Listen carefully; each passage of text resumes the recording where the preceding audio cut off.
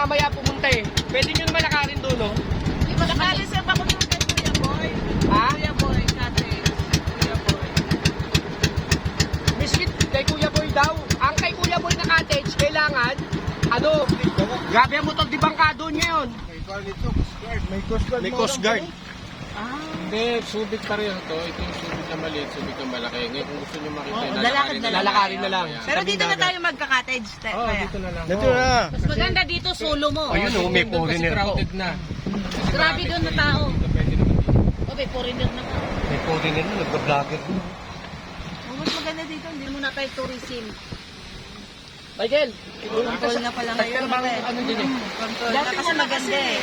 Kasi maganda rin. Summer kasi ngayon kaya marami. Ito nung ginawa na nilang ano.